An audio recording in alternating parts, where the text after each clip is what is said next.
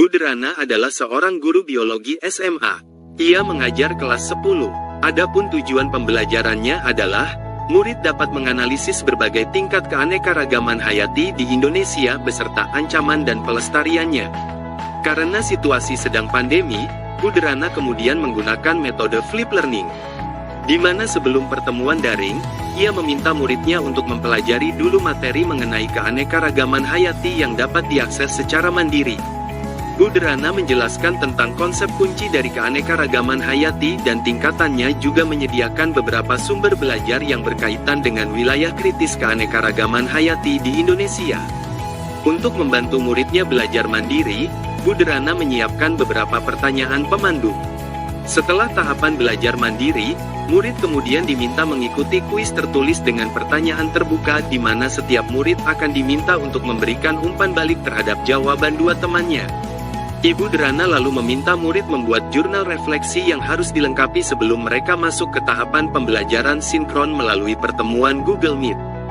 Dalam tahap forum diskusi sinkronus, guru memberikan pertanyaan pemantik untuk memulai. Pertanyaan tersebut diantaranya, tingkatan keanekaragaman hayati mana yang paling penting dilindungi terlebih dahulu? Mengapa? Kapan terancamnya keanekaragaman hayati ekosistem dapat mengancam keanekaragaman hayati spesies dan genetis? Mengapa? Dan pertanyaan-pertanyaan lainnya yang dapat memperkaya materi dan pemahaman murid akan konsep. Selama proses diskusi daring, Ibu Budrana mengamati jawaban murid, untuk mengetahui apakah ada miskonsepsi yang dimiliki murid atau apakah ada murid yang tampak belum paham. Di akhir diskusi, Budrana memberikan murid tantangan untuk membuat paket info digital yang mengidentifikasi ancaman pada satu lokasi di wilayah Indonesia yang membawa dampak negatif bagi 3 tingkatan keanekaragaman hayati, sekaligus berikut rekomendasi penanganannya. Budrana memperkenankan murid memilih sendiri lokasinya berdasarkan kasus yang nyata terjadi di Indonesia.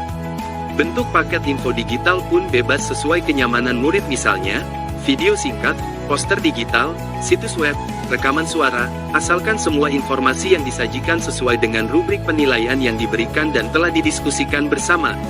Murid kemudian bekerja secara mandiri, berdasarkan tenggat waktu yang telah disediakan.